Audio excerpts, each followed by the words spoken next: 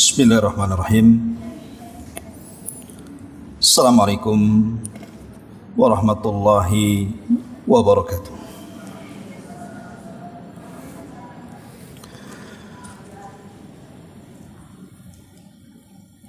Alhamdulillah, wassalatu wassalamu ala Rasulillah wa ala alihi wa sahbihi wa mawalah wa la hawla wa la quwata illa billahi wa ba'd.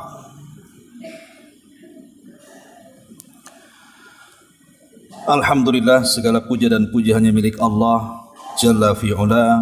Salawat dan juga salam kita hadiahkan kepada Rasul kita Nabi besar Muhammad sallallahu alaihi wa ala alihi wasallam. Ma'asyiral muslimat yang dimuliakan Allah Subhanahu wa taala, alhamdulillah di pagi menjelang siang di waktu duha ini kembali kita bisa berkumpul di Masjid Sukajadi. Salawat dan juga salam tetap kita hadiahkan kepada Rasul kita Nabi besar Muhammad sallallahu alaihi wasallam, karena satu pekan kurang lebih kita akan menghadapi Ramadan. Maka kajian di pagi ini mungkin masih tetap membahas jalan-jalan sorga, tapi kita fokuskan jalan sorga di bulan Ramadan. Karena seorang muslim itu harus punya persiapan. Kita akan kedatangan tamu yang sangat mulia yang setiap muslim merindukannya. Bulan Ramadan. Ma'asyiral muslimat yang dimuliakan Allah Subhanahu wa taala, apa yang harus kita siapkan? Dan ibadah apa saja yang harus diprioritaskan di bulan Ramadan? Kita tahu bahwa hanya ada dua perkara dari seluruh ibadah kita itu yang akan dilihat Allah Subhanahu wa taala. Pertama, ibadah hati, dan yang kedua, amalan badan. Inilah yang akan dilihat oleh Allah. Makanya Nabi SAW bersabda, Inna Allah la yanzuru ila suwarikum wala ila amwalikum walakin yanzuru ila qulubikum wa a'malikum. Sesungguhnya Allah itu tidak akan melihat kepada rupamu, kepada hartamu, tapi yang Allah lihat adalah hatimu dan juga amalmu. Bertolak dari hadis ini, maka kita tahu bahwa yang dilihat Allah itu hati dan amalan kebaikan kita. Maka sebelum masuk Ramadan, bersihkan hati. Jangan sampai kemudian masuk Ramadan kotor pula hati kita. Maka yang punya dendam, hilangkan dendam dari sekarang. Minta maaf kepada orang yang bermusuhan. Yang masih ada dengki, hasad, hasud, iri hati, hilangkan dari sekarang. Jangan sampai di bulan Ramadan terjangkit pula penyakit ini. Maka semua penyakit-penyakit hati dari sekarang itu cobalah sedikit demi sedikit dihilangkan. Jangan sampai di bulan Ramadan hati kita terkotori, karena hati itulah yang menjadikan semangat dan tidaknya sebuah ibadah. Sebab iman itu ada di hati. Dan panggilan ibadah puasa di dalam Al-Quran itu dimulai dari kata iman. Ya ayyuhalladzina amanu, wahai orang-orang yang beriman. Jadi yang menggerakkan badan kita untuk beramal saleh di bulan Ramadan itu adalah iman kita. Dan iman itu letaknya di hati. Bersihkan hati dari kotoran, masukkan iman di dalamnya. Baru kemudian setelah bersih hatinya, baru bicara tentang amal badan. Ya mungkin puasanya, tarawehnya, baca Qur'annya, i'tikafnya, doanya, dan begitu seterusnya. Lah yang menjadikan semangat ibadah-ibadah itu karena hati kita bersih. Terkadang di antara kita ini lebih mementingkan menjaga anak kita dibandingkan hati kita. Kan aneh gitu ya. Anak dijaga baik-baik, hati pula tak dijaga. Harta dijaga baik-baik, hati pula ditinggalkan dia. Padahal hati itu menjadi prioritas utama untuk dijaga. Jangan sampai kemudian penyakit-penyakit badan lebih diutamakan untuk disembuhkan, sementara penyakit hati dibiarkan. Karena kan umumnya di masyarakat ini, kalau badan kita terkena penyakit, buru-buru kita ke dokter. Sakit kepala sedikit saja, cepat ke warung beli bodrek. Pegel-pegel sedikit saja, telepon tukang urut. Itu kita tuh, kalau penyakit badan itu subhanallah kan. Kalau bisa hari ini sakit, hari ini juga sembuh tuh. Bahkan kalau seandainya ada orang yang sakit badannya, tidur kemudian bangun sehat, senangnya luar biasa. Itu kalau penyakit badan. Tapi kalau hatinya sakit, kok tidak cepat-cepat ke dokter ya? Ustadz, karena di rumah sakit tak ada spesialis hati, makanya saya nggak ke rumah sakit. Memang di rumah sakit tidak ada spesialis hati. Ya hati itu mungkin penyakit badan yang dimaksud kalaupun ada. Penyakit hati ini tidak ada yang bisa menyembuhkan kecuali kita sendiri. Kita yang menyembuhkannya, bukan orang lain.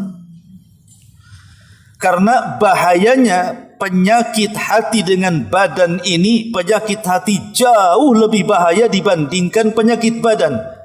Taruhlah penyakit badan itu paling tinggi dia mati kan. Kalau dia mati berarti yang dirusak hanya dunianya saja. Orang kanker paling tinggi mati, orang kena kanker itu. Orang kena tumor paling tinggi mati. Darah tinggi akhirnya stroke paling tinggi mati. Rusak dunianya saja. Tapi kalau penyakit hati ini bukan hanya merusak dunia, tapi merusak sampai ke akhirat. Rusak dunia, rusak akhirat. Kan rugi itu. Dari mana kita tahu bahwa penyakit badan itu hanya merusak dunia saja dan tidak akhiratnya, sementara penyakit hati itu bisa merusak dunia dan akhiratnya? Sebab kalau orang masuk neraka tidak pernah ditanya kenapa masuk neraka, gara-gara penyakit badan. Kenapa kau masuk neraka? Kanker. Enggak kan itu. Kok bisa masuk neraka kamu? Tumor. Enggak juga. Kamu kenapa masuk neraka? Darah tinggi, stroke. Penyakit badan lo enggak pengaruh dengan akhirat. Tapi kebanyakan yang masuk neraka itu karena penyakit hati, sombong. Makanya Nabi mengatakan la yadkhulul jannah man kana fi qalbihi mithqala dzarratin min kibrin. Tidak akan masuk surga alias masuk neraka orang yang dalam hatinya terdapat kesombongan, hasad. Itulah yang menghilangkan semua pahala. Innal hasada ya'kulul hasanat kama ta'kulun narul hatab. Hasad itu bisa menghapuskan banyak pahala seperti api mudah melahap kayu bakar. Kalau sudah tidak punya pahala, tidak mungkin dia masuk surga, pasti masuk neraka. Itulah kenapa penyakit hati ini sebahaya itu. Makanya kenapa kemudian penyakit hati ini harusnya lebih cepat disembuhkan, jangan dibiarkan. Cuman anehnya, kalau orang punya penyakit badan, Bu, biasanya orang tidak tahu kecuali pelakunya saja. Contoh mamanya ibu nampak sehat. Sehat kali, Bu. Ya. Oh iya, sehat. Tapi sebenarnya kau tahu, saya ini terkena kanker. Kan nggak ada yang tahu penyakit badan kecuali orang yang merasakannya. Orang tahu kadang-kadang sehat-sehat saja tuh. Tapi penyakit hati, Bu, itu bisa dinilai orang. Pamannya ada orang mengatakan si ibu itu sombong kali. Kau tahu? Tahu, memang dia sombong. Tahu dia sombong. Ya. Si anu itu pedit, koret, kikir gitu kan. Kau tahu? Tahu, memang terkenal tuh. Si ibu itu kikir. Tahu orang itu. Ya. Jadi penyakit hati itu bisa dinilai orang tuh. Tapi penyakit badan tidak bisa dinilai orang. Kecuali pelakunya saja yang tahu. Kecuali kalau dia ngomong, saya punya penyakit ini, penyakit itu, baru orang tahu. Maka yang pertama kali benahi hati. Kemudian yang kedua baru cerita amalan badan, amalan lisan, amalan harta dan begitu seterusnya. Yang ingin saya jelaskan di waktu duha ini, jangan tinggalkan 7 amalan di bulan Ramadan. Selain daripada amalan yang 7 ini, sebaiknya bukan diabaikan, jangan diprioritaskan.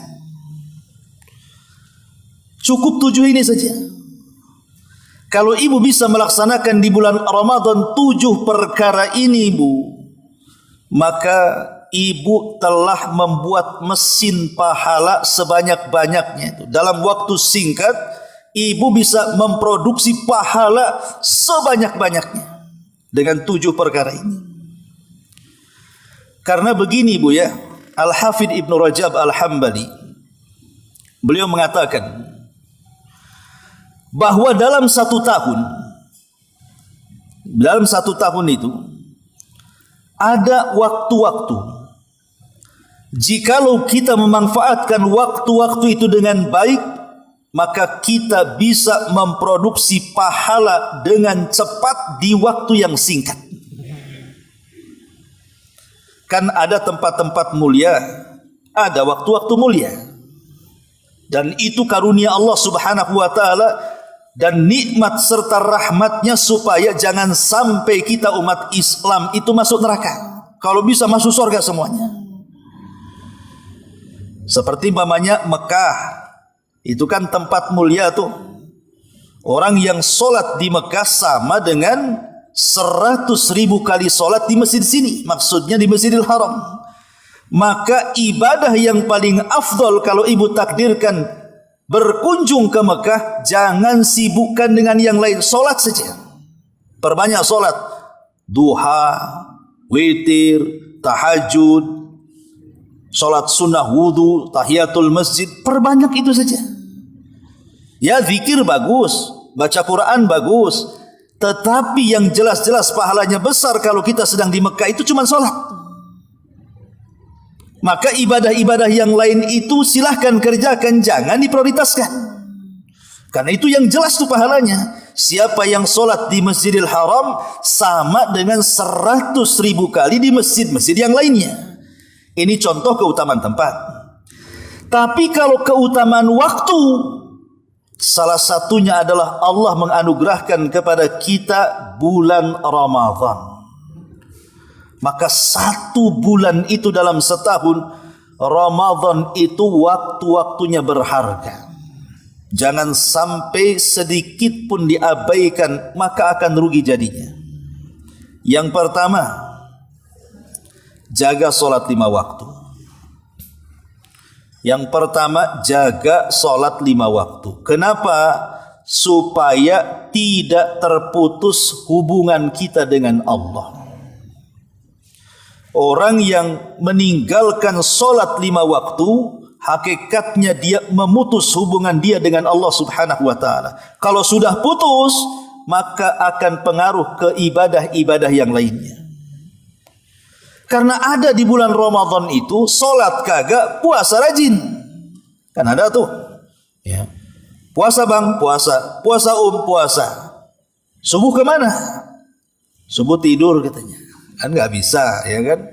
Masa puasa didahulukan, sholat pula ditinggalkan.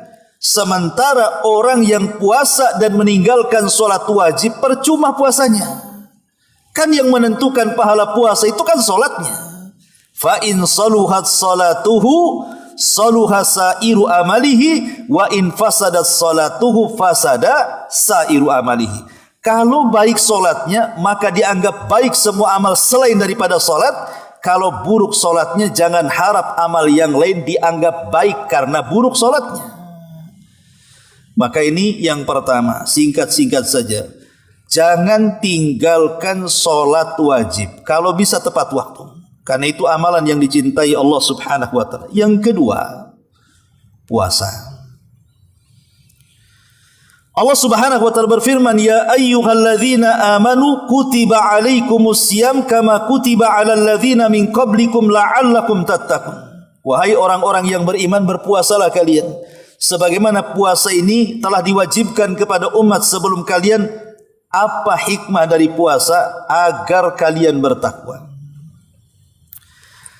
Kalau kita melihat puasa, Bu, puasa itu kan ada tingkatannya. Ada tingkatan puasa orang awam. Ada tingkatan puasa orang khusus. Ada tingkatan puasa orang yang lebih khusus dibandingkan orang khusus. Seperti apa modelnya? Satu, tingkatan puasa orang awam itu yang penting sah puasanya. Dia enggak mikir soal pahala. Yang penting puasanya sah, kewajibannya tergugurkan, selesai. Soal pahala atau dapat atau tidak, enggak peduli. Itulah puasa yang hanya sekedar menahan lapar, menahan dahaga, dan menahan syahwat saja. Pokoknya habis terbit fajar shadiq, tahan lapar, tahan haus, tahan syahwat sampai maghrib, sah. Tapi apakah kita puasa itu yang penting sah dan yang penting gugur kewajiban saja, Bu? Ya tentu tidak. Jangan sampai puasa itu hanya yang penting sah. Naiklah ke tingkatan kedua kalau bisa. Namanya puasa khawas, puasa khusus. Apa puasa khusus itu? Puasa khusus itu bukan hanya sekedar perutnya saja yang berpuasa. Memang dia tidak makan, memang dia tidak minum, memang dia meninggalkan syahwat. Tapi lebih daripada itu, seluruh anggota badan dan raganya juga ikut puasa. Matanya ikut puasa, telinganya ikut puasa, lisannya ikut puasa, tangan dan kakinya ikut puasa. Dengan cara apa?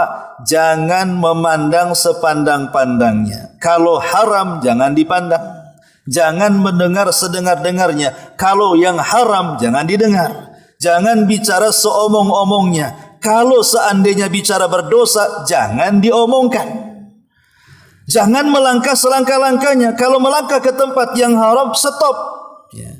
Jadi kalau ada kawan, Bu, ngajak ibu, yuk kita ngerompi. Oh, nggak bisa. Lisan saya lagi puasa, oh maaf gitu. Apalagi telinga lagi puasa, saya nggak mau dengerin gibah. Ayolah kita shopping nih hari Minggu Ramadan, rame nggak bisa. Ini kaki lagi puasa, gitu Bu jawabannya. Ya. Jadi kalau aja diajak maksiat, maaf nih mulut saya lagi puasa ini, nggak bisa begibah hari ini. Jangan pula dijadwalkan nanti aja habis maghrib. Jangan kan. Maksudnya ya puasa 24 jam ya. Jadi di sini ada namanya puasa khawas. Khawas itu bukan hanya perutnya saja, semua anggota badannya puasa. Ada yang lebih tinggi lagi, dan inilah yang dimaksud dalam perintah puasa tadi.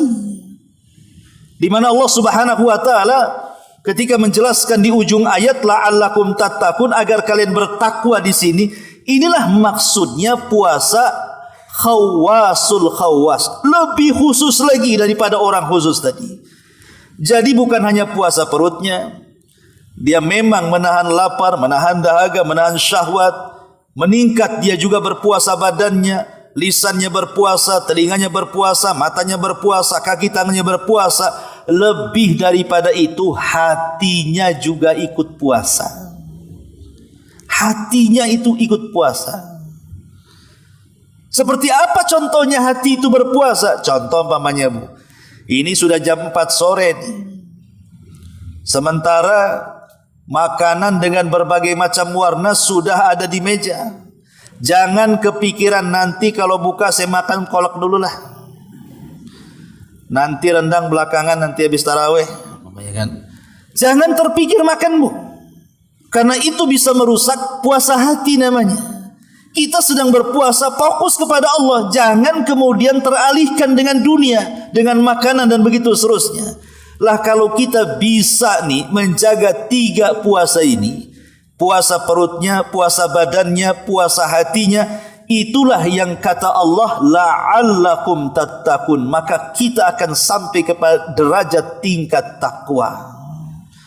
Tapi kalau tidak, maka belum sampai kepada takwa. Ini kalau cerita puasa, ya, sikit-sikit saja. Yang kedua, yang ketiga, pertama, jangan meninggalkan solat wajib, itu yang utama. Yang kedua, ibadah yang paling afdol di bulan Ramadan adalah puasa. Nomor 1 kalau di Ramadan ya, puasa itu setelah solat wajib. Kemudian nomor 2-nya tarawih. Sebelum yang lainnya, perhatikan tarawih dulu. Setelah puasa, perhatikan tarawih. Dan tarawih itu juga ada 3 macam. Ada tarawih ala Nabi, ada tarawih ala sahabat, ada tarawih ala kita. Itu beda tuh ala-alanya tuh. Kalau tarawih ala Nabi, rakaatnya sedikit, panjang bacaannya. Itu tarawihnya ala Nabi. Memang rakaatnya tak banyak. Rasul itu hanya 8 rakaat. Dengan witirnya boleh jadi mungkin 11 rakaat. Itu pilihan Nabi berdasarkan riwayat Aisyah radhiyallahu anha. Rasul tidak pernah menambah dari 11 rakaat. Tapi sekali solat, 1 rakaatnya 3 surat. Bukan inna a'tayna, bukan kul huwallah sama kul a'udzu birabbin nas, sebentar saja kalau itu. Yang dibaca 1 Al-Baqarah, nyambung ke Al-Imran, nyambung pula ke Al-An'am, bayangkan. Ya. Dan itu diceritakan oleh sahabat Hudzaifah. Aku pernah solat di samping Nabi, kata Hudzaifah. Rupanya Rasul solat malam baca Al-Baqarah. Kukira habis solat Al-Baqarah selesai, ruku dia nyambung ke Al-Imran. Nih kaki dah gemetar nih kan, kelamaan kan. Dia pikir Al-Imran selesai, Al-An'am pula disambung dia. Berapa juz itu? 1 rakaatnya. Itu ala Nabi. Nih kalau imam tarawih ala Nabi, Bu, sendiri aja dia solat buyar tuh makmum tuh. Ya. Yang kedua, solat ala sahabat. Kalau solat ala sahabat diperbanyak rakaatnya, tapi sedang bacaannya. Contoh, di zaman Umar itu memerintahkan Ubay ibn Ka'ab untuk solat tarawih berjamaah di masjid 1 bulan lamanya. Dan Ubay solat dengan 23 rakaat dengan surat yang sedang. Tapi sedangnya panjang bagi kita, karena dimulai dari Isya hampir menjelang fajar selesai. Nah, itulah sahabat. Ya. Kalau kita ini jauh panggang dari api, sudah pendek rakaatnya, pendek pula bacaannya, lebih parah lagi cepat pula gerakannya. Aduh, itulah habis kan gitu. Sudah rakaatnya cari yang pendek 11 rakaat.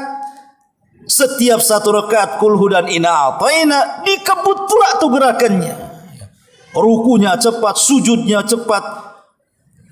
Nggak tahu jadi apa tuh tarawihnya. Kadang-kadang saya melihat di YouTube itu ada orang taraweh cepat baca Fatihah itu yang kedengaran dolinnya saja, Bu. Dolin, amin itu saja. Ya. Yang lainnya nggak kedengaran tuh bacaannya tuh. Ya. Dan yang cepat tuh takbir saja, Allahu Akbar, Allahu Akbar, Allahu Akbar. Nah, sampai ada 7 menit 23 rakaat, kan dapat penghargaan muri itu, Bu. 7 menit 23 rakaat. Saya kira, Bu, kalau ibu di belakangnya habis taraweh encok, Bu. Iyalah, gimana coba? Apa nggak capek itu? Bisa kumat asam uratnya tuh.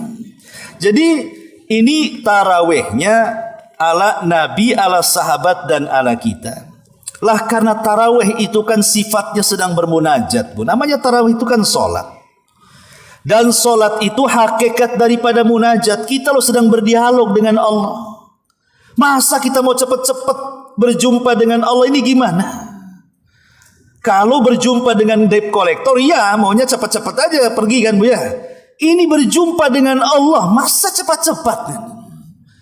Makanya tartilah bacaan dalam taraweh. Cari imam-imam yang tartil, cari imam-imam yang enak di belakangnya. Kalau bisa suaranya juga indah supaya makin sedaplah kita taraweh di belakangnya. Maka ini amalan kedua, Bu. Setelah puasa, taraweh pentingkan dulu. Jangan yang lainnya. Ya. Kemudian yang ketiga, setelah kita sholat 5 waktu, kemudian menjalankan puasa, kemudian taraweh, ini yang terpenting setelah taraweh, baca Quran, Bu. Baca Quran. Karena ibadah di bulan Ramadan yang identik dengan Ramadan itu adalah Syahrul Quran. Ramadan itu disebut Syahrul Quran, bulannya Al-Quran. Jangan sampai di bulan Quran, Bu, ibu meninggalkan Quran. Kalau di bulan Quran ibu tak baca Quran, saya yakin di luar bulan Quran makin ditinggal tuh Quran tuh. Dan orang dengan Quran juga terbagi menjadi 3 juga, Bu. Pertama, ada orang yang lancar bacaannya. Yang kedua, ada orang yang baru belajar, mungkin baru selesai Iqra. Agak lambat bacaannya, agak lambat mengenali huruf-hurufnya. Ada yang sama sekali tak bisa baca Quran, mungkin dia mu'alaf, Ustaz. Mu'alaf gimana? 20 tahun dia udah masuk Islam. Berarti tak mau belajar Quran dia itu. Tapi umumnya kan manusia itu kan 3 ini dalam Quran. Ada yang lancar, ada yang tertatih-tatih, ada yang sama sekali tak bunyi. Ya. Kalau ibu Allah anugerahi baca Quran lancar, maka targetnya hatamkan Quran. Karena baca Quran di bulan Ramadan itu yang penting kuantitas bukan kualitas. Yang penting hatam. Tidak perlu kita baca tafsir, tidak perlu. Tidak perlu tadabbur Quran, tidak perlu. Di bulan Ramadan tuh baca. Makanya yang penting kuantitas, perbanyak hatamannya dibandingkan mempelajari isinya. Makanya Imam Syafi'i kalau datang bulan Ramadan dia hatamkan 60 kali, Bu. Berarti siang sekali, malam sekali. Kalau ibu siang seayat, malam seayat. Ya 60 ayat jadinya ya. Tapi kalau Imam Syafi'i yang betul-betul dihatamkan tuh. Malam dihatamkan, siang dihatamkan. Imam Bukhari dijelaskan, Imam Bukhari itu siangnya 1 kali hatam, malamnya 3 malam sekali hatam. Imam Ahmad juga demikian. Bahkan Imam Malik kalau datang bulan Ramadan tidak ada kajian, diliburkan semua kajian itu. Dia fokuskan dengan Quran, dia ambil mushaf, walaupun dia hafal Quran tetap dia baca di mushafnya. Karena bacaan Quran di bulan Ramadan itu yang penting kuantitasnya. Ibu baca sampai hatam, balik lagi baca, hatamkan, dan begitu seterusnya. Artinya punya target nih. Saya harus 3 kali hatam minimalnya. Sekali sajalah boleh lah. Tapi yang jelas bahwa bulan Ramadan bagi yang dianugerahkan lancar baca Quran, targetnya hatamkan Quran. 1. Yang kedua, kalau masih tertatih-tatih, mungkin baru selesai Iqra dia kan, masih susah lah kan nyambung-nyambungkan ayat itu. Yang penting baca. Mau lambat mau cepat yang penting baca. Jangan pikir hatam dulu, baca aja belum kelar kan gitu ya. Yang penting baca saja. Karena orang yang tertatih-tatih tetap dapat 2 pahala. Ya. Adapun yang sama sekali tak bunyi karena tidak bisa baca Quran, Bu, dengarkan orang yang baca Quran. Namanya mau baca tak bisa, gimana caranya? Dengarkanlah. Beli umpamanya, atau sekarang kan sudah punya handphone, ada bacaan yang 30 juz fulan gitu. Dengarkan saja dari Fatihah sampai Qul a'udzu birabbin nas. Jadi ikut hatam dengan orang yang menghatamkan Quran. Lah ini membaca Quran. Jangan sampai kemudian Ramadan lewat begitu saja dari Quran. Ini yang ketiga. Yang keempat. Yang kelima, di bulan Ramadan yang harus diprioritaskan nih, setelah sholat wajib, puasanya, kemudian tarawehnya, kemudian Qurannya, baru yang keempat, sedekah. Perbanyak sedekah. Dan sedekah di bulan Ramadan ada 3 tingkatan. Sedekah di bulan Ramadan itu ada 3 tingkatan. Tingkatan yang paling tinggi, memberi makan orang yang puasa. Kalau ibu ingin sedekah di bulan Ramadan, cari orang yang puasa, ajak makan.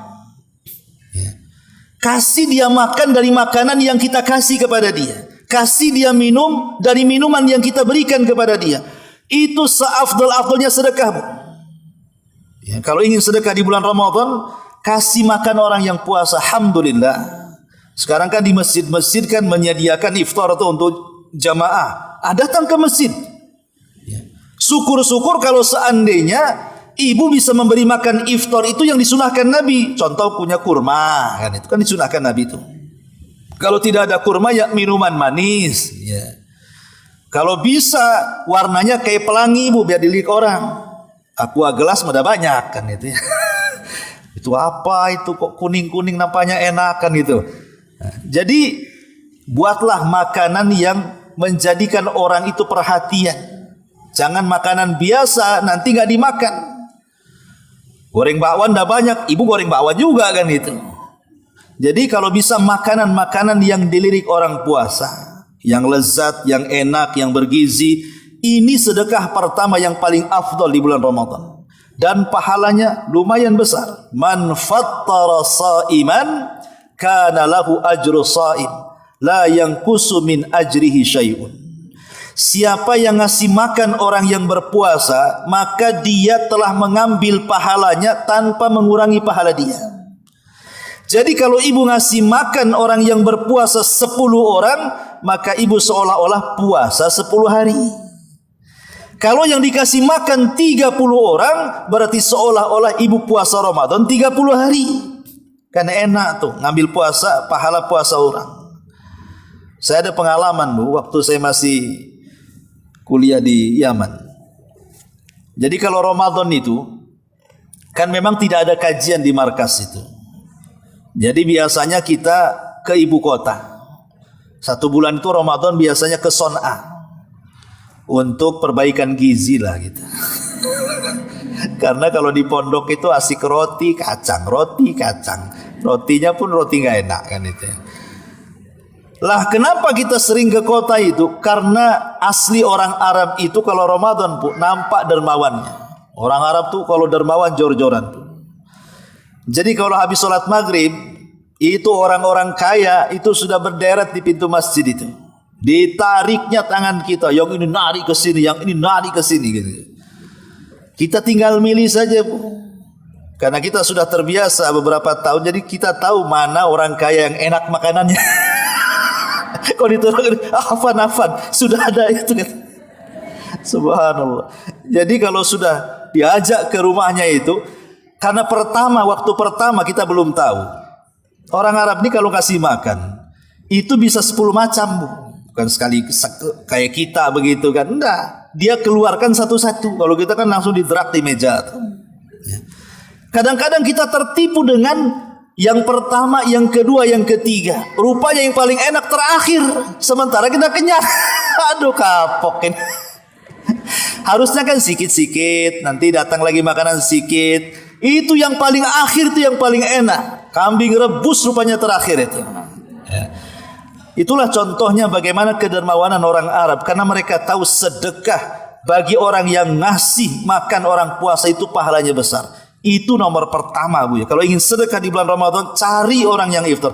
Alhamdulillah kan sekarang sudah tren gitu ya, orang ngasih iftar di pinggir jalan. Bukan di masjid saja, di pinggir jalan alhamdulillah di stop. Coba kalau di Ramadan ada yang nyetop begitu, disangka promo kan begitu. Ini mau jualan ke mau ngasih kan itu ya. Lah ini yang pertama. Yang kedua, tingkatan sedekah yang kedua, kasih makan orang sahur. Ini tingkatan sedekah kedua yang paling baik di bulan Ramadan, kasih makan orang sahur. Biasanya mungkin kalau 10 akhir Ramadan mudahlah kita kasih makan orang sahur karena banyak orang itikaf kan ya. Bisalah kita ini datang ke masjid-masjid yang ada orang itikafnya ya. Kan bisa pamannya, oh ini nanti sahur saya tanggung. Jadi ibu sudah catering duluan tuh, tolong antar ke masjid ini. Ini tingkatan yang kedua. Ya, memberi makan orang sahur.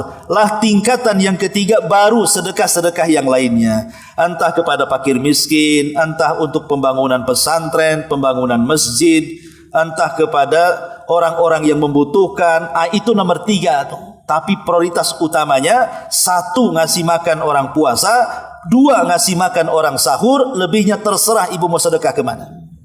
Dan ingat bahwa sedekah di bulan Ramadan adalah sedekah yang paling dicintai Allah, karena Rasul dikisahkan oleh Aisyah Ummul Mukminin radhiyallahu an, kana an-nabiy sallallahu alaihi wasallam ajwadun nas wa ajwadu ma yakunu fi Ramadan hina yalqahu Jibril.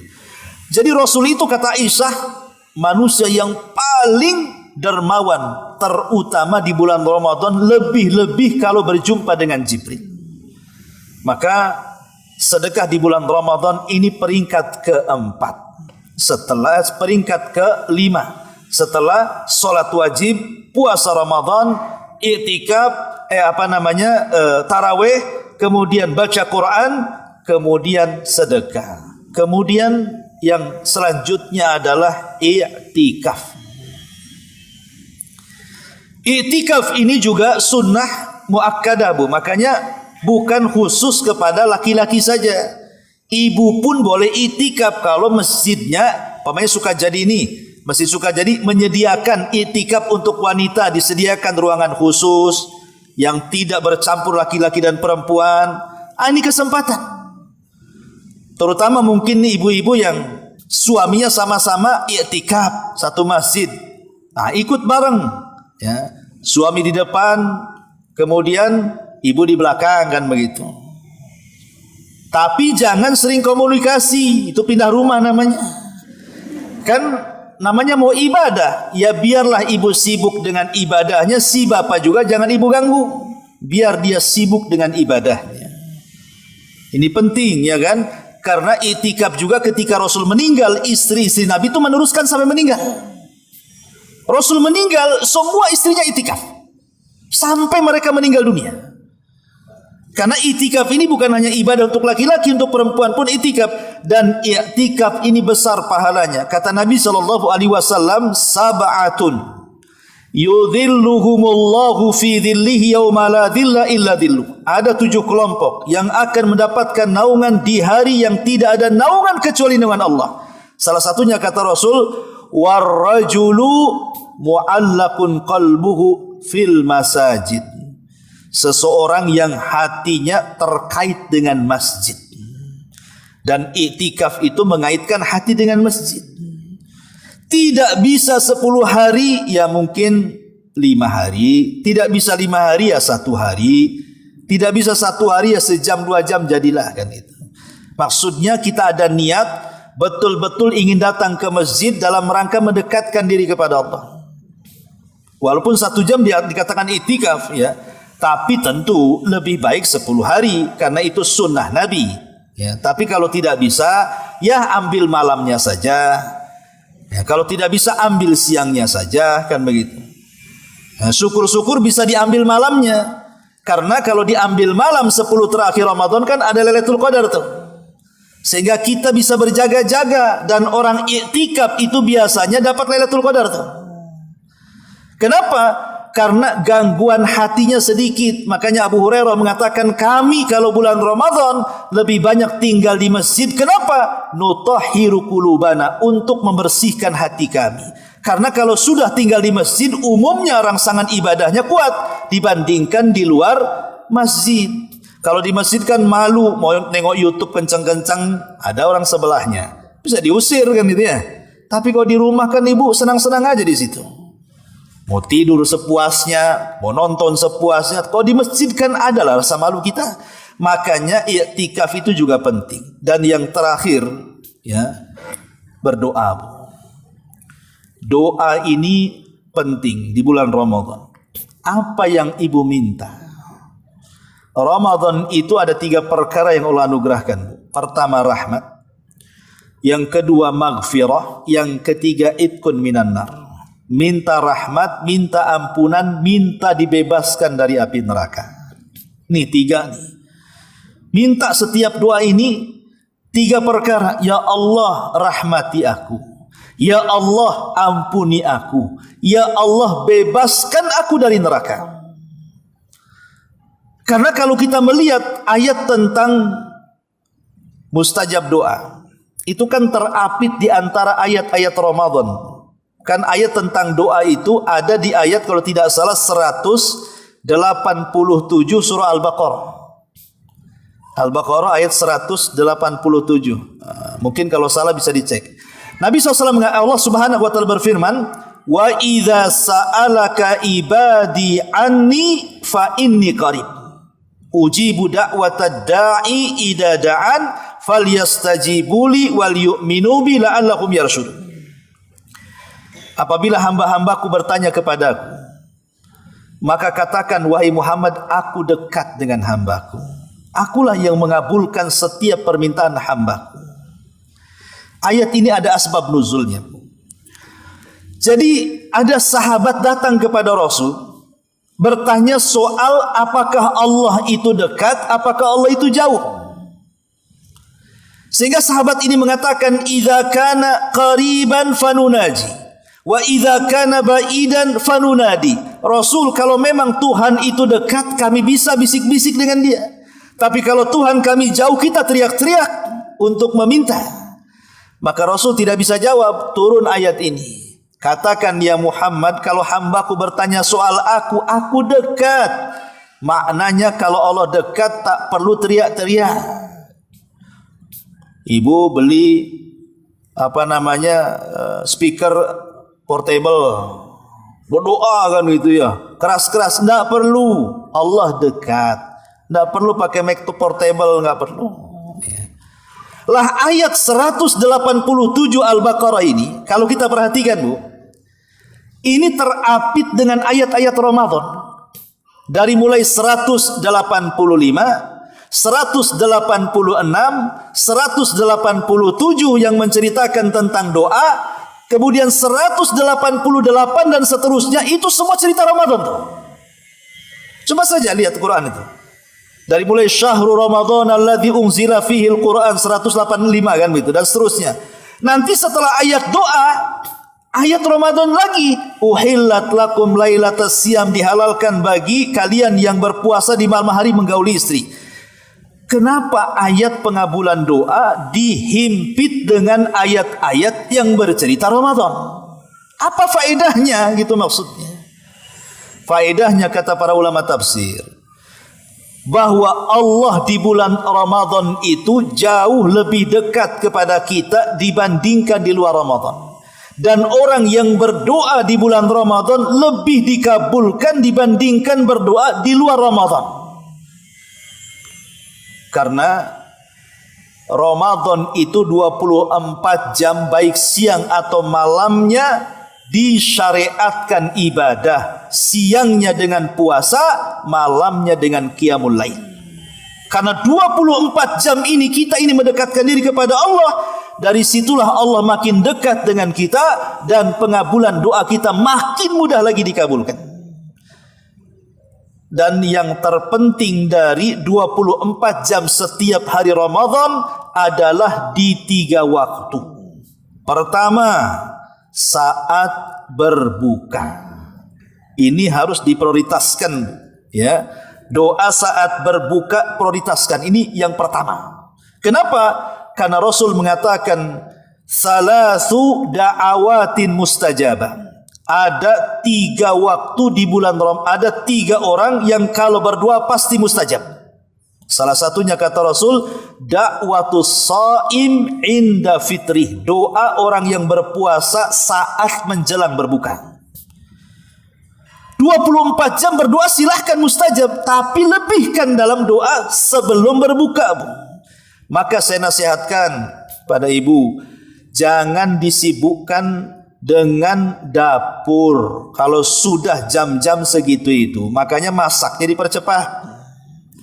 Masak 5:30, selesai 6:30. Kapan doanya? Kan itu. Nah, kalau bisa ya 10 menit sebelum maghrib masakan sudah siap semua. Jadi adalah waktu kita ini menengadahkan tangan ke langit, meminta, ya Allah rahmati, ya Allah ampuni, ya Allah bebaskan aku dari neraka. Kalau bisa jangan untuk sendiri saja, libatkan keluarga dalam doa. Ya Allah rahmati saya dan keluarga saya, ampunilah dosa saya dan keluarga saya, ya. Bebaskan saya dan keluarga saya dari api neraka, biar sama-sama masuk surga, gitu maksudnya. Jadi ini penting, jangan abaikan doa sebelum berbuka, karena ini mustajab. Kenapa sangat mustajab, Bu? Karena kita sudah mengawali dengan puasa, itu masalahnya. Sementara puasa itu amal yang dicintai Allah. Jadi setelah kita puasa, kita berdoa, ya pasti dikabulkan. Maka jangan disibukkan. Apalagi ada orang sebagian sibuk kalau sudah dekat-dekat maghrib itu bukan sibuk doa, Bu. Sibuk nengok jadwal maghrib kapan. Ya, kalau zaman dulu sibuk pegang remote cari channel yang cepat azan. Karena Jakarta lebih cepat dibandingkan Batam, Bu. Cari channel Jakarta dia. Ya. Ini yang pertama. Yang kedua, tingkatan doa yang paling baik di bulan Ramadan adalah sepertiga malam akhir, Bu. Dan yakin sepertiga malam akhir ibu yang tak biasa bangun pasti bangun, Bu. Kenapa? Karena diganggu sama obrok-obrok. Tahu obrok-obrok, Bu? Kalau di Sunda sana itu biasanya jam 3 ada obrok-obrok tuh. Sahur kan gitu. Hati-hati aja sedalilang itu. Kalau zaman dulu ya. Tapi sekarang kan jarang lah. Sekarang rata-rata dari masjid biasanya ya. Teriak-teriak sahur itu. Sahur. Gimana nggak bangun, Bu? Rumah samping masjid. Ya bangun lah. Apalagi sekarang aneh-aneh. Pakai nyanyi pula tuh banguninnya. Sekarang ini. Artinya kalau sepertiga malam di bulan Ramadan dipastikan bangun. Nggak mungkin nggak bangun. Pasti bangun. Kecuali yang budak saja nggak mau bangun tuh. Pasti bangunlah. Jangan sekedar memperhatikan sahur saja, Bu. 5 menit jadilah angkat tangan ke langit. Karena itu mustajab doa di sepertiga malam. Allah yang mengatakan setiap sepertiga malam, siapa yang berdoa di jam segini ku kabulkan, kata Allah. Siapa yang minta ku kasih, siapa yang minta ampun ku ampuni. 5 menit kan bisa ngomong, ya Allah rahmati, ya Allah ampuni, ya Allah bebaskan aku dari api neraka. Saya kira simple doa ini. Ya. Ini yang kedua. Dan tingkatan yang ketiga, doa setelah subuh sebelum terbit matahari. Itu waktu berkah namanya. Nabi mengatakan, Allahumma barik li ummati fi bukuriha. Ya Allah berkahi umatku di waktu pagi. Ya, jangan sampai kemudian habis subuh, ibu tutup gorden, ibu matikan lampu, ada alamat, Bu. Itu pasti lanjut itu. Alasannya apa? Gimana Ustaz jam 2 ada bangun katanya. Tahan ngantuk dulu, Bu. Kalau ibu mau tidur tunggu terbit matahari. Jangan lewat waktu berkah itu dibiarkan begitu saja. Tahan ya. Kalau bisa. Dan kalau bisa subuh itu, Bu, ke masjid kalau subuh. Kalau memang ibu dekat dengan masjid, ajak dengan suami, ajak dengan saudara, atau memang tidak ada yang diajak, berangkat saja sendiri kalau dekat masjid, ya, supaya adalah gerakan-gerakan langkah-langkah kaki dan itu menghilangkan perasaan malas. Sebab kalau badan gerak jalan dari rumah ke masjid, kemudian gerakan sholat lagi dari masjid ke rumah, kan ada jalan kaki itu, biasanya dia tidak akan ngantuk tuh. Yang ngantuk itu biasanya kalau sholat di rumah tuh. Apalagi AC-nya belum dimatikan. Masih dingin. Jadi inilah yang disebutkan para ulama, 7 perkara jangan ditinggalkan di bulan Ramadan. Ibadah yang lain banyak, zikir, iya, solawat, iya, terserah, tapi jangan diprioritaskan. Prioritaskan yang ini, yang 7 ini. Yang lainnya itu seling-seling saja. Ya. Kemudian kalau sudah akhir Ramadan, ada juga namanya zakat fitrah. Maka jangan lupa juga tutuplah Ramadan dengan zakat fitrah, Bu. Ya, namanya ibu, saya atau siapapun saat Ramadan mungkin ada lalainya. Mungkin hanya sekedar ibadah puasa yang penting sah. Terkadang ada yang terlihat dari mata kita yang haram. Terkadang ada yang terlontarkan dari lisan kita yang dosa, atau yang terdengar telinga kita mungkin perkara-perkara yang tidak layak didengar. Ya, namanya ibadah pasti ada kekurangannya. Lah, untuk nembel kekurangan ibadah di bulan Ramadan, keluarkan zakat fitrah. Jadi zakat fitrah itu untuk menyempurnakan tuh. Ibadah-ibadah Ramadan disempurnakan dengan zakat fitrah. Kalau rawatib itu menyempurnakan sholat wajib. Kalau zakat fitrah itu menyempurnakan ibadah puasa. Dan utamakan zakat fitrah itu jangan dengan uang. Utamakan dengan bahan makanan pokok. Boleh dikeluarkan sehari atau 2 hari sebelum Ramadan, tetapi afdolnya adalah ketika mendekati Lebaran. Entah malam Idul Fitri kita sudah keluarkan. Kenapa demikian? Supaya janganlah sampai ada saudara kita tak makan. Jangan sampai ada saudara kita tak ada yang dimakan, biar sama-sama bahagia. Namanya Id, itu kan kebahagiaan. Masa kita bahagia dengan opornya, sementara orang miskin sedih dengan nasinya. Jangan cerita lauknya, nasinya pun tak ada. Maka berikan kepada mereka. Ya, syukur-syukur kalau bukan hanya sekedar zakat fitrah saja. Mungkin ibu letakkan baju lebaran di atasnya. Ini sedekah saya zakat fitrah, ini baju untuk anaknya, ini sendal untuk anaknya, ini tas untuk sekolah anaknya. Lebih baik lagi, makin bahagia dia. Beras saja sudah bahagia, ditambah-tambah itu. Karena bagaimanapun Idul Fitri itu kebahagiaan kita semuanya. Lah, ini 7 perkara yang dipahami. Kemudian yang terakhir yang ingin saya nasihatkan. Ada 3 kelompok yang melalui Ramadan itu yang disebutkan dalam Al-Quran. Apakah kita masuk pada kelompok mana? Mudah-mudahan kita tidak termasuk pada yang kedua dan yang ketiga. 1, ya. Ada kelompok itu yang Allah katakan zalimun li nafsi.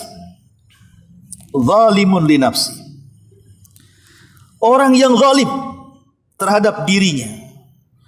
Apa yang dimaksud zalimun li nafsi itu? Datang Ramadan saja nggak peduli dia dengan Ramadan. Kayaknya Ramadan dengan nggak Ramadan sama aja tuh. Datang Ramadan waktu puasa tak mau puasa. Ya. Padahal Allah sudah panggil-panggil tuh, hei orang-orang yang beriman, hei orang-orang yang beriman, nggak peduli tuh dengan panggilan itu.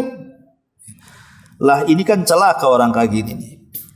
Kan ibu pernah lihat ada orang nggak puasa? Pernah ya kan? Banyak. Saya lihat orang-orang nggak puasa banyak. Terutama mungkin orang yang kerja-kerja keras, kerja bangunan atau apa kadang-kadang kan. Cuek saja dia. Muslim bang, Muslim. Kok tak puasa? Ah, itu dia katanya. Ya. Aneh dia. Nanti datang malam, tidak ada orang yang sholat tarawih. Cuek aja. Malah sibuk dia jualan. Ya. Lah, ini kan bahaya. Nggak bunyi pun mulutnya dari Quran. Lah, ini orang yang zalim namanya. Datang Ramadan nih, waktu-waktunya kita puasa, waktu-waktunya kita sholat malam, baca Quran, sedekah. Dia pula maksiat di bulan Ramadan. Zalim orang seperti ini. Inilah yang didoakan malaikat orang kayak gini. Apa doanya malaikat? Kata Jibril, ya Muhammad tolong ya aminkan doaku. Ya, kata Rasul. Apa doanya wahai Jibril? Ragima anfu rajulin adraka Ramadan thumman salakha falam yughfar min dunubi. Celaka dan binasa orang masuk Ramadan, kemudian keluar Ramadan, 1 dosa pun gak diampuni. Celaka dan binasa. Kata Jibril, amin. kata Rasul amin, sahabat ikut mengaminkan. Kalau yang mengaminkan Rasul, yang berdoa Jibril, yang menyaksikan para sahabat, mustajab tidak? Pasti mustajab. Ini yang pertama. Jangan kita masuk pada kelompok yang pertama ini. Yang kedua, muqtasid, wa minhum muqtasid kata Allah. Tapi ada di antara manusia yang pertengahan. Puasa iya, tarawih pula kagak. Ya. Puasa gitu ya, gibah pula jalan. Puasa oke, maksiat kadang-kadang dilakukan. Lah itu pertengahan. Nah, ini pun masih bahaya yang pertengahan ini. Ya. Lah yang paling baik adalah sabiqum bil khairat. Yang berlomba-lomba dia jadikan Ramadan itu ajang mesin untuk memproduksi pahala sebanyak-banyaknya dengan melakukan 7 amalan tadi. Syukur-syukur ibu bisa lebih. Ya dengan zikirnya, dengan baca, dengan sholawatnya, dengan yang lainnya, maka itu lebih baik lagi walaupun yang paling penting ini yang 7. Itu namanya sabiqum bil khairat. Dan ingat Bu, tidak ada waktu yang orang itu dimudahkan untuk berubah, untuk bertobat kecuali Ramadan. Kita bisa merubah diri di bulan Ramadan. Di luar Ramadan susah kita mau tobat. Tapi di bulan Ramadan itu mudah untuk bertobat, mudah untuk merubah diri. Kenapa demikian? Jangankan kita manusia, alam semesta lo bisa berubah. Karena datang Ramadan itu pintu langit dibuka, pintu sorga dibuka, pintu neraka ditutup, setan pula diikat. Kalau alam semesta berubah, alam sorga berubah, alam neraka berubah, alam setan pun berubah, masa kita alam manusia nggak berubah? Itu gimana ceritanya? Setan aja diikat. Ibu kalau punya musuh, nih suruh kelahi, musuhnya diikat Bu. Kira-kira enak gak mentungnya tuh? Kan enak, musuhnya diikat, tinggal pentung aja kan, dia pun nggak ngelawan. Kita nggak akan takut dengan musuh yang diikat, kita lebih takut dengan musuh yang lepas. Lah musuh kita setan sedang diikat, mentungnya mudah. Sehingga yang menjadikan sebab rusaknya kita kan dari setan. Lah setan terikat di bulan Ramadan, baik dengan bacaan Quran setan lari, baik dengan puasa setan lemah, baik dengan baca Quran tarawih setan makin tidak suka. Lah ini kan kesempatan bulan Ramadan itu untuk berubah. Ya, makanya kita lihatlah keajaiban bulan Ramadan ini. Entah fenomena apa saya juga nggak tahu. Kalau awal Ramadan, kalau dalam persepak bolaan itu namanya ya masih penyisihan Bu. Ya, penyisihan itu kan semua kesebelasan numplak di lapangan kan Bu ya. Nah, itulah babak penyisihan itu. 1 sampai 10 Ramadan itu babak penyisihan itu. Semua datang, yang hamil datang, yang punya bayi datang gitu ya. Sampai kalau seandainya masjid ini 2 lantai penuh dua-duanya. Yang lebih parah tempat sandal dikasih terpal Bu. Nggak ada lagi tempat sampai ke belakang. Tuh kalau babak penyisihan tuh, semua ke masjid. Tapi kalau sudah tanggal 10 sampai ke 20 itu semifinal Bu. Mulai tereliminasi satu hilang kan Bu ya kan? Hilang tuh, yang di lantai 2 ada turun ke bawah. Ya, yang di tempat sandal maju ke teras tuh. Itu fenomena apa tuh kira-kira tuh? Saya tidak paham juga tuh.